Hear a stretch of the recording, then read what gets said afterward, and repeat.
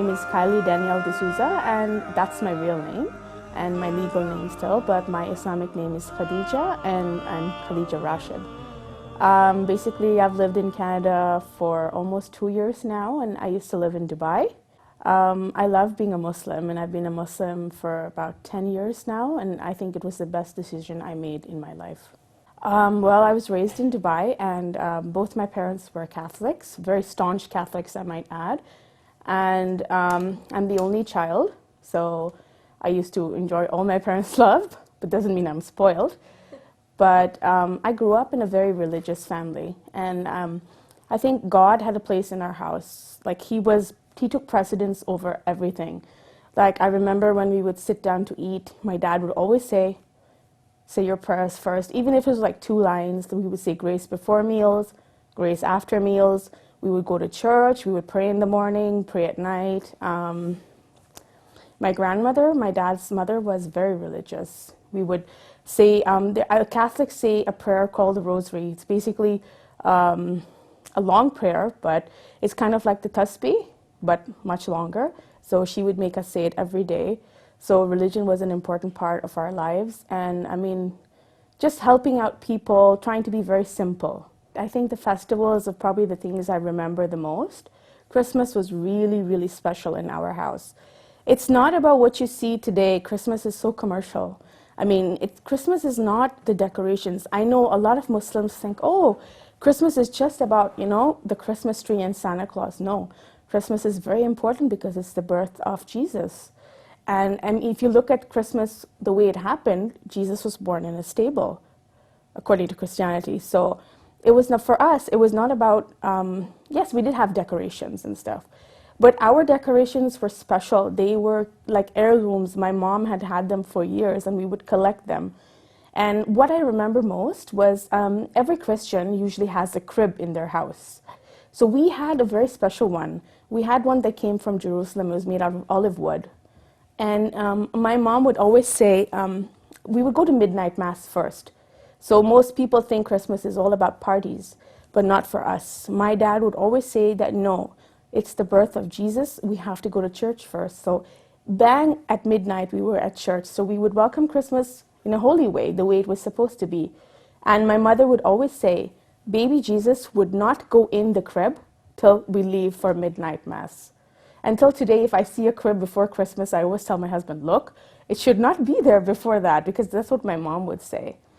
And I mean, Christmas for us was just being with family. You know, we never had like the big parties people did. Our house was open. So in Dubai, we had a lot of Muslim friends. My parents, they would come, they would celebrate a meal with us. And of course, everything was halal there, right? So they would come, they would sit, they would eat sweets with us, have dinner with us. And everybody would say Christmas in your house was special because you could feel the love and you could feel that God was everywhere, you know?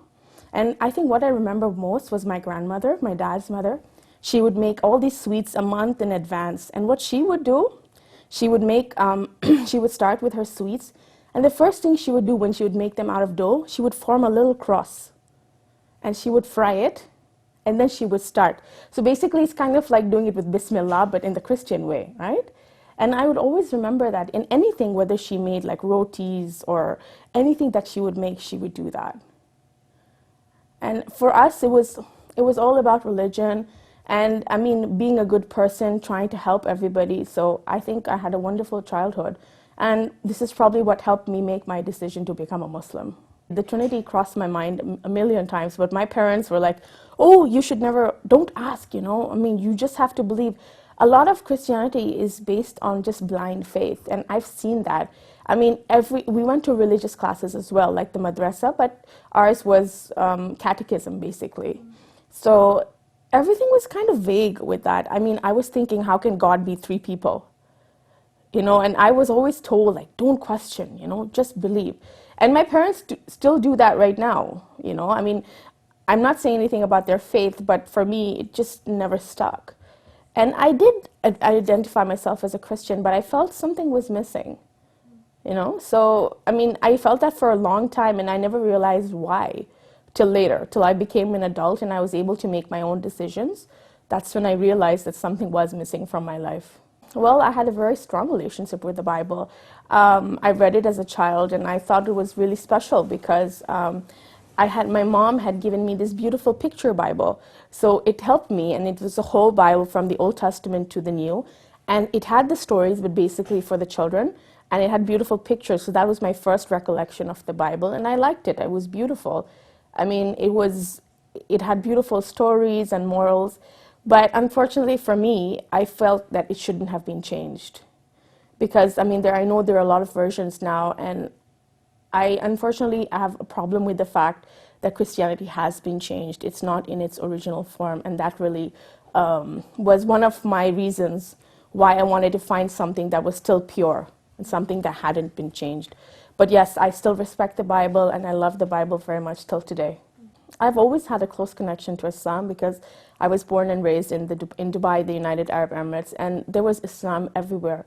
My parents had a lot of Muslim friends. We would go and celebrate Eid together and Ramadan. It was basically like all of us were fasting because in Dubai you would never, you weren't allowed to eat from dawn to dusk. So it was as if we were fasting too. And I mean, we actually tried fasting sometimes to just see what it felt like. But for me, there was always something drawing me to Islam. I've always had more Muslim friends than Christians, and every time I would hear the Adhan, something would happen to me. I would feel like some kind of charge in my body, and I never realized what was happening until later. So for me, I go way back with Islam, and alhamdulillah for that. Since I grew up in Dubai, Islam was all around you. So, I mean, it became part of your life. And, you know, sometimes things are just there. I had a lot of Muslim friends and, you know, Ramadan and the Quran, hearing the Adhan every day. Yes, I did have a lot of Muslim friends. So we used to sit and we used to talk. And I never felt right being a Christian. I always felt something was missing. So we would just have casual discussions about, you know, the Quran and the Bible and just, you know, general things, and looking around, seeing, you know, eating halal food, I think also played a real part in it. Because in Dubai, everything is halal, and people say that you should eat halal food and the effects it has on you. So I think that living in Dubai really helped me understand Islam better. And I think it was always a part of me, and I never realized it till I was an adult. In school, all our friends had Quran, Islamic class, and a lot of my friends would go to like priests to learn the Quran. So sometimes my friend, she's a Sunni, and I used to play at her house a lot, and the priest would come and teach her. And I would hear these words, and they just sounded so beautiful, and they're like magnetic, you know, they draw you to it. And I started to like that. And we can read Arabic, right? Because in Dubai, we had to learn Arabic. So we can read and write Arabic. And I mean, we didn't understand it, but there was just something about the words that would just, you know, make me just want to stop and listen. And even when my parents would hear, they'd say, it's really beautiful. I mean, it just calls you, you know, and it really just, I felt as if it was saying, you know, come. So it's beautiful, and it's such an important book, and I just love it, mashallah. It's my favorite book in the whole world. For me, the hijab, I think, was one of the easiest things I've ever done. I never thought that it would be a problem for me because I was a Christian, and Catholics, they believe in the Virgin Mary, right? Bibi Maryam. And if you've noticed, have you, in any Christian picture or a statue of Bibi Maryam, have you ever seen her without her hijab? No. And so for me, it was, I think, the easiest thing I ever did. And I can't imagine myself without it now. It's such a beautiful thing. People think that women are oppressed when they wear the hijab. In fact, it's the total opposite. I feel so much freedom now. I feel at peace wearing the hijab, and it commands so much of respect. And it takes guts and courage to wear this. People think that, oh, just because you wear a hijab, you can't make your own decisions. And in fact, I feel like emancipated since I've started wearing the hijab. And I would tell everybody to wear it, because once you wear it, it's like a whole new world for you, you know? I love it, and I don't think that anybody, I mean, people who don't wear it, they should try it. And I tell everybody, if I can wear a hijab, anybody can wear a hijab. And I think it's the best thing for a woman to wear. My reversion, I think, happened over a period of years. I was always having questions, but I think once I started university, when I had a lot of Muslim friends, we would have a lot of time between classes.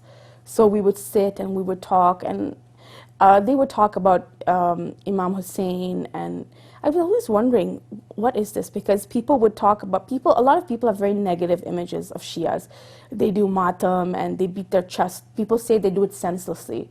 So I said, tell me about it. And I found myself being mesmerized hearing this story. And I remember when I heard the story of what happened on Ashura, I just cried and I cried and I cried, and I just couldn't stop thinking about it. So, I think that started. So it was, I guess, over a period of 3 or 4 years. Because my parents are very staunch Christians, and they knew for some time, I think. I think they could see it coming because I had a lot of Muslim friends, and I was always hanging around with Muslims, and I sort of had, I think, a Muslim inclination. I think in their hearts they knew it, but it was really hard because, you raise your child to be something, and then they go and do that. I think they were a little hurt, but then they realized that I was at peace. I had that inner peace that I was looking for, and I was very happy. I think my parents just wanted me to be okay. Being their only child, they wanted me to be happy and they wanted me to be safe. And then my dad, he had the hardest time taking it. But after some time he realized, he said, I've never seen you so happy and so secure with your life. So if this is your choice, then go ahead, we will accept it. And they did. And once I became a Muslim, they were very respectful of my decision. And even when they moved back to India, so I would go and visit them. Of course, that was after I was married. You don't have halal food sometimes in India, but my dad would make sure everything was halal for me. So I could see that, and he was so happy to see that I'm happy. And he's like, you believe in God, and you have found that God is important? I'm very happy. So alhamdulillah. I guess just the fact that you change your religion. I would shudder to think if my child came and told me, everything that you've taught me, I've gone against. But I would say that it took them some time, but Islam and Christianity are very similar in a lot of ways. And I think because we lived in a Muslim country, it was easier for them because they saw everything that was going on. And the Muslims we knew were wonderful people. So I think that was good for them. I wasn't actually influenced by the media because in Dubai, the media is censored. So you only see Islam in a good light. So no, I wasn't. The hardest thing for me was Jesus not dying on the cross, Nabi Isa not dying on the cross. Because when I grew up, for us, it was all about how Jesus sacrificed his life on the cross. So for me to believe that Jesus wasn't crucified on the cross was hard for me, because I grew up with a cross always in front of me and believing that Jesus suffered and died on the cross. So for me, that was the hardest thing to believe. But once I became a Muslim and time passed, I did realize that it was a good thing for him not to have been crucified on the cross. That was very hard for me. Alhamdulillah, my first year as a Muslim was, I think, one of the best ones of my life. It was a learning curve, and I learned a lot. I also went through a lot of things, but I think that year made me very strong. I had a lot of support from people when I became a Muslim, not only from Shias, but Sunnis as well. Everybody would come and help me. If I needed to go to the mosque, people would come. They would take me to majalis, and they would come and, they offer to teach me things, namaz and things like that, and I owe them a lot. So I had a lot of help. The Ahlulbayt are, to me, I think they're just perfect. I had never heard such a story about the Ahlulbayt before. And, the way they suffered for God, for Allah, and the things that they did.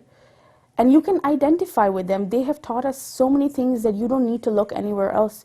You don't need any other role models. All you have to do is just follow them. So when I heard their story, for me, I think it just struck a chord with me. Hearing about them, what they did, how they believed in Allah, and how much they suffered for Allah, that was very important for me. That's why I chose the name Khadija. Because when I heard about her, I thought I identified myself with her, because she went through a lot of troubles, and Bibi Khadija, she sacrificed everything. For me, that was the same thing because I sacrificed everything to become a Muslim as well. So Bibi Khadija was probably the one personality that influenced me. Alhamdulillah, I have been for Umrah and I've been to Sham as well. So yes, I've had the opportunity to visit the Ahlulbayt. My experience with visiting the Ahlulbayt, I think, was the most beautiful experience of my life.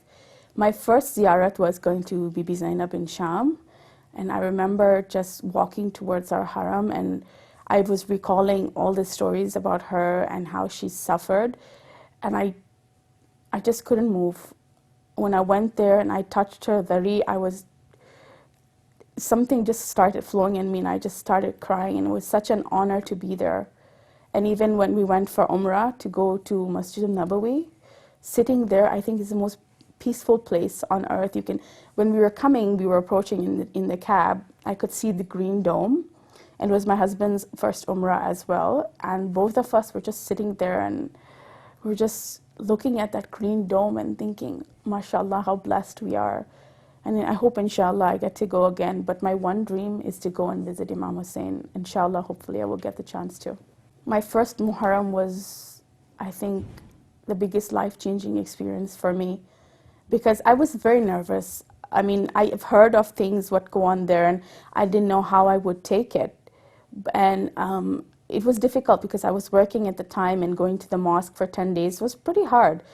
But when I went there, I didn't know what to expect. I was new still in the mosque, and I hardly knew anybody. So I was, feeling shy.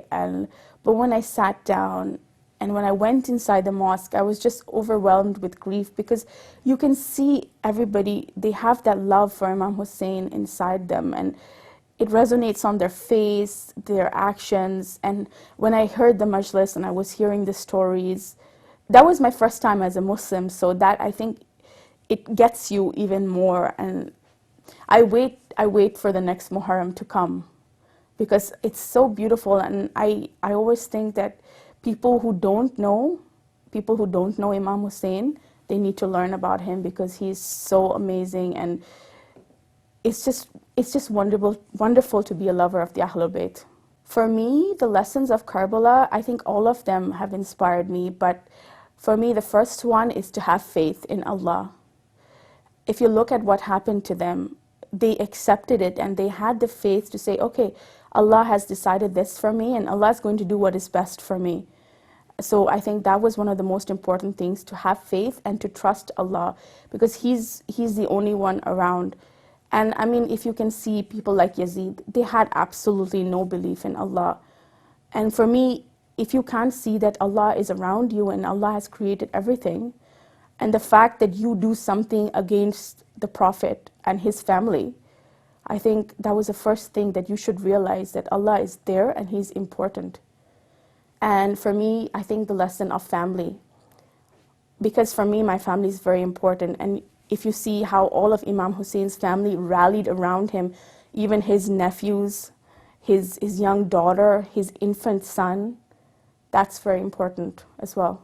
I think you're doing an excellent job of spreading the message of the Ahlulbayt. I mean, I think Ahlulbayt TV has been around for about 3 or 4 years and 5 years. And the fact that now, mashallah, you're all over the world and you're broadcasting everywhere, I think that's beautiful, and I wish I can do more to help you in any way. People who are born Muslims are definitely trying to spread the message of the Ahlulbayt all over the world, especially in the West. And I mean, it's hard to do that as well. I mean, the fact that people actually see women and going outside in their hijab, and I mean, having mosques everywhere where everybody is welcome, I think you guys are doing a great job. I do have some advice for people who are considering becoming a Muslim. You should always follow your heart, because your heart will always tell you, and it will always lead you to the right path. And if you're thinking of becoming a Muslim, that means Allah is calling you, because I'm speaking from a first-hand experience.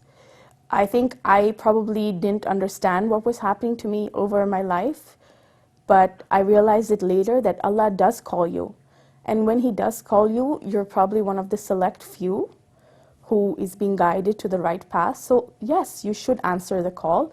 I know it's hard, but I mean, Allah will help you. and if He's shown you the right way, you should take it. It's been a great honor actually to be on Ahlulbayt and to tell my story, and inshallah I hope I inspire other people to do so as well.